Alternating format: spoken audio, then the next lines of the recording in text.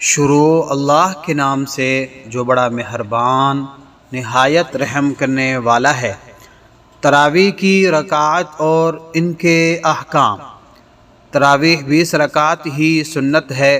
حضور اقدس صلی اللہ علیہ وسلم نے 20 رکعت تراویح ادا فرمائی ہیں، جیسا کہ مصنف ابن ابی شیبہ میں یہ حدیث شریف موجود ہے۔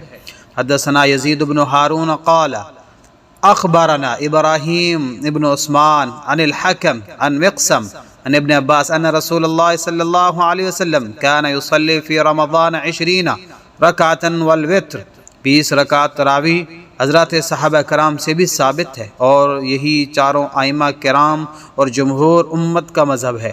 اس سے معلوم ہوا کہ تراویح 8 رکعت نہیں ہے، اور نہ ہی اس کا کوئی ٹھوس ثبوت ہے، بلکہ 20 رکعت سے کم تراویح پڑھنا سنت ہی نہیں، اس لیے 8 رکعت تراویح پڑھنے سے اجتناب کرنا چاہیے۔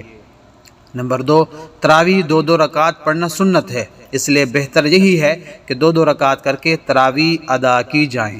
البتہ اگر کوئی شخص ایک ساتھ 4 رکعت تراویح ادا کر لے تب بھی جائز ہے۔